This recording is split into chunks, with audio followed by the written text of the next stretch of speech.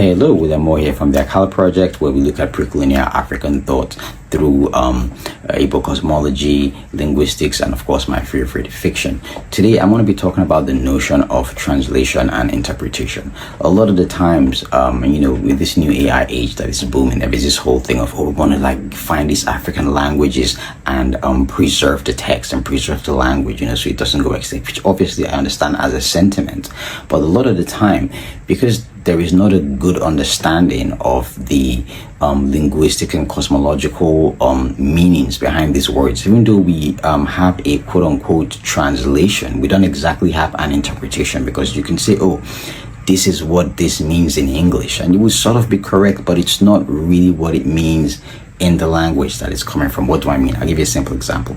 So one time my parents were having a good old spat, nothing too serious, but they were in a very insulting mood that day.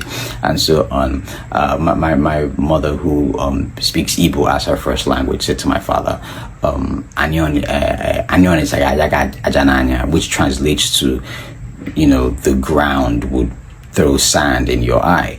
And my dad he took this like it wasn't a joke anymore after she said that. And he called my sister to complain, and then my sister calls me and goes, I don't even know what daddy was on about. He was so mad because mommy said something about the ground putting sand in his eye. And obviously my sister is, you can think of her as a J.K. Rowling's muggle when it comes to thinking about sort of these Igbo cosmological things. She's not really into it, So she didn't understand that the reason that was really upsetting for my father is because what it meant, the notion of Ani is just not the ground. It is the notion of nature in the Igbo language, the notion of, we are considered children of Ani, basically. So to tell someone that, the ground will throw sand in their eyes, it's sort of like saying like the force of nature itself will go against you. It's such a heavy curse for like a quick jab argument. So my sister could understand what it meant if you put it in a Google translator, or what do you call this other one, a ChatGPT translator. It will tell you, this means that the ground will throw sand in your eye. But understanding that the concept of Ani is so much more than the ground. It is the conception of